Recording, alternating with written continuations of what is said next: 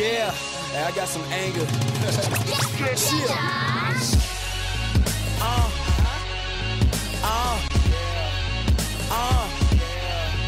Yeah. Yeah. Listen. Drop the bomb on this track, there's no stopping me. Whack MCs, I'm the breed that you lack today. Bumps who slacking, I already made way. Not invading your dream, and I'm here to stay. There we go. Hi there, I'm Junito and welcome to Thinking Out Loudly. I have one of my favorite people in the world here with me today, Mr. John Imerman. I like to call him Johnny, but this is John Imerman. He's here. I can call you Johnny. He's here. He's going to tell you about what he does, who he is, and I just love this man to life. I appreciate everything that he does, he stands for, and everything. So, when we get back, I'm going to let you know what we're going to do later, alright? Yeah. How you doing? I'm Jonny Imerman. I'm a cancer survivor 2 times in my 20s, 26 and 28 years old. And I work for an organization called Imerman Angels, a one-on-one cancer support. So anyone has cancer, we're going to find you a survivor that beat the same type of cancer and connect you so that no one fights this disease alone. It's all about survivors sharing their stories, giving back as a big brother or big sister. Again, no one should ever fight this disease alone. Wish everyone well. Thanks a lot.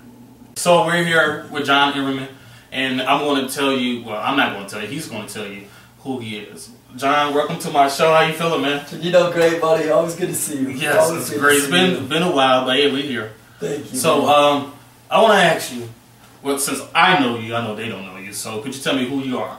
Absolutely. Thank you for having us on, first of all. I went through cancer twice. So I was 26 in 01, and I went through, testicular cancer, surgery, chemo, and so forth. At 27 in 02, I was clean for about a year. And then in 2003, I had a recurrence. I actually had 4 tumors come back on my kidneys. So I had an 11-inch surgery through my stomach, vertically up and down, and they moved all my organs up and out of my body, which is crazy. Cut the 4 tumors out, put all the organs back in, stitched the stomach muscle, and then 60 staples vertically up and down. And that was 2003, so I've been good for just about 8 years, and fortunately, back in the gym and living life, and as us survivors do, cannot complain. And what I really realized while going through all these treatments is that people fight in the dark every day. Especially young people that get cancer. You just don't know what the next step is. It's new, it's different. You're scared. I mean, who's not scared? We all are. So what we did to help others that go through the same problem, we found survivors and rallied up a crew now that's 4,000 cancer survivors strong. And every single one of these survivors is a mentor to walk somebody through the same fight. Same age, same gender, same cancer, same stage level, same treatments. Someone is living proof that they beat exactly what you got in that same seat 3 years ago, becomes your big brother or your big sister. So it's a one-on-one cancer support. So anyone fighting cancer alone, anyone in the world will find you your twin sister or brother that says, I crushed that thing and I did it 3 years ago, and guess what? I'm back in the gym and I'm going to work and I'm living strong and I've got a boyfriend, I've got a girlfriend, I'm fine. Life's awesome. Keep your chin up. I'm gonna help you out. Cannot complain. No complaints there. Now, I forgot to mention this. I know you do a run and a walk, right? We do a lot, yeah. This summer we do the marathon. I'm actually it's 36. It's not very impressive because I'm slow as hell. But I retired from running. Did 4 marathons after cancer, and this is my first one that I'm not doing.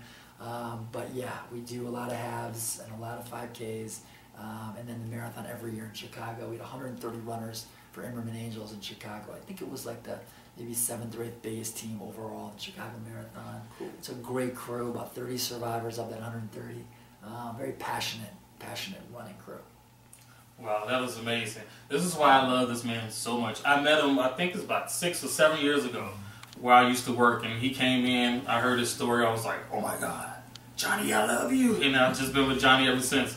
And he's helped him out of school. It's a good man. It's a mutual deal. So, tell me about when did you start your organization? Tell me the name of your organization. Yeah, the organization's called Imerman Angels, and the whole idea, the angels themselves are survivors who've been through it to give back. And every one of them is a volunteer. There's thousands and thousands of us. We're the largest network of cancer survivors or angels in the world that we know of.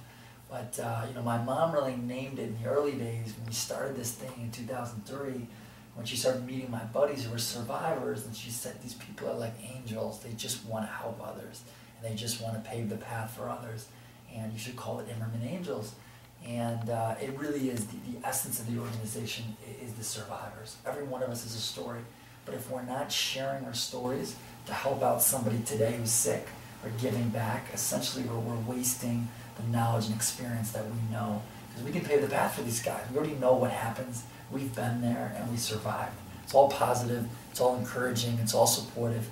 But unless we're actively engaging with the people that are sick right now here today, UFC or Northwestern or any cancer center, you know, we're not really making a difference. And that's what Imerman Angels is about. Survivors making a difference, giving back to motivate and inspire those in the fight today. Now, when you were going through your cancer, what helped you keep motivated? You know, what helped me motivate, again, I didn't know any survivors, so that's why we created Imerman Angels, because it was a missing piece. We thought we got to help others that also don't know other people. So that was the piece that I was missing, and that's why we created it.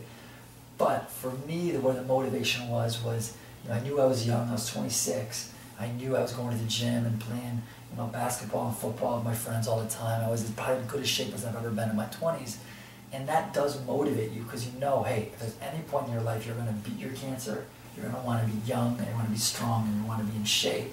So that was motivating. So I never smoked, so that was a good thing too. You know, all these things, they run through your head when you get cancer all of a sudden.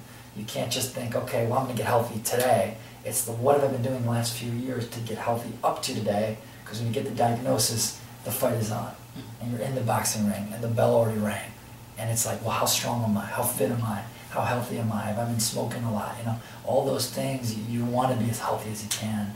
So that motivated me, and also what motivated me was that I had a lot of family, and I had a lot of friends that were all there and supportive. So I was very lucky, and it's not the case for a lot of people. A lot of people fight cancer all alone. It's very sad. But I had friends and family, 10 people in my room getting chemo every day. I was very, very lucky. And that's another need in the cancer world I think we need to address. How do we make sure people aren't alone? Because no one should fight this disease alone. Wow, that was a powerful story. So my other question is, I want to talk more about Imerman Angels and what are you doing now? And I know you just came back from the tour, you're touring a lot. Yeah. So you can speak about that, and what are you doing now with Imerman Angels? Absolutely. We travel a lot, Junito, as you know. We move around. I was in Michigan, got back late last night. We spoke at Carmanos Cancer Center in Detroit, Henry Ford in Detroit, Henry Ford in Macomb County, which is the northeast side of Detroit area. But we travel a lot, and we speak at the cancer center. We meet the doctors, we meet the nurses, we meet the social workers. We become essentially a plug-in. So when they treat somebody with cancer, a doctor, a nurse, a social worker, and that person says, oh my God, I've got multiple myeloma, and I don't know anyone that survived this, and I'm so alone. Nobody understands that these docs and nurses and social workers say, call Imerman Angels, here's their brochure. An hour later, they're calling us. An hour after that, we're talking on the phone, getting them matched up to a multiple myeloma person who's in remission. So they're out there. But we need to speak, we need to travel, we need to make sure the entire cancer community knows that we're here. Awareness is my chief goal, because if they don't know we're here, then we're not helping them. You know, we got to be aggressive in finding them and say, look, if you want to call us, or you know a survivor like you, you know, we're here. And tell us, how can we get in contact with you? The best way to find us, if you know anyone fighting cancer, or you know a survivor who wants to become an angel to give back, is to go to our website, which is www.imermanangels.org, which is IMERMAN angels.org. And we even have .com, because we realize that people will miss that too. We have like 17 URLs. So anything close to Imerman, but 2 M's, you're still going to find us. You add an S, you don't add an S, there's .com, .net, you're going to find us in all of them. But if you just search, come to our website, or you just search one-on-one cancer support on Google. Google gives us a grant, so we are the #1 that pops up for one-on-one cancer support anywhere in the world, just on Google. So if you know anyone that's sick, call us. You know survivors, call us. And we also, Junito, I want to mention match caregivers, because let's say you get a parent that has a 4-year-old that gets leukemia, and that 4-year-old is going to be starting chemo next week. Those parents are traumatized and they're alone. they can reach us as well, and we're going to match them with another set of parents that can say, guess what, our 10-year-old had that same leukemia when she was 4. Fast forward 6 years, she lost her hair in chemo, she got it back, she's fine. Like, we understand, our family's been through this before. We'll pave the path for you, we'll help you. So no family or no person fights cancer alone ever. That's our mission. So I want to thank you for coming, and as I said earlier, we have something special to give you. This is my Junito Star Award. Bam! So it's just an award that says thank you for all that you do, what you stand for, and all that. And I like to present this to you. Thank you very and much. What we'll do is, you can take that and put it on your wall. But there's another one coming that'll be extra special and things like that. But just wanted to give that to you and say thanks. I know it's something small, but we really believe in paving the path and all the works that you have done. And before we leave, can you give us like one inspirational message to someone who may be watching who is going through cancer, who has survived cancer, and all that good stuff? Yeah, well, thank you first of all for this. Always good to see you. And I would say, the inspirational memento to leave everybody is that there's 12 million living cancer survivors in the United States. People beat cancer every day. Survivors want to help, they want to give back. So any families out there in the fight, I encourage you to open up, to reach out, because there are surviving families and people like myself and survivors who want to help you. But the only way we can help these people is if they open up and are able to reach out. And I know it's hard. I've been there myself. You're definitely not in denial when you reach out to reach survivors or any support groups. But I really think it will help. I'm a big believer. If you can do it, we all want to help, and it really is one team, one fight. We're all in this together. Survivors want to give back and share their stories, and we can really help pave the path and make this easier for families. So I hope anyone out there fighting cancer reaches Imerman Angels. We're here to help. We're here to inspire, here to encourage you, and help make certain the uncertain. And it's very gray ahead of you, but people beat it, and people get back in the gym, and they live amazing lives and live to 100. So anybody can do it. Wishing everybody well. Hey y'all, it's me, Junito. Thank you and welcome to Thinking Out Loud. Y'all know I love t-shirts. I love t-shirts. So if you have a t-shirt, send it to me.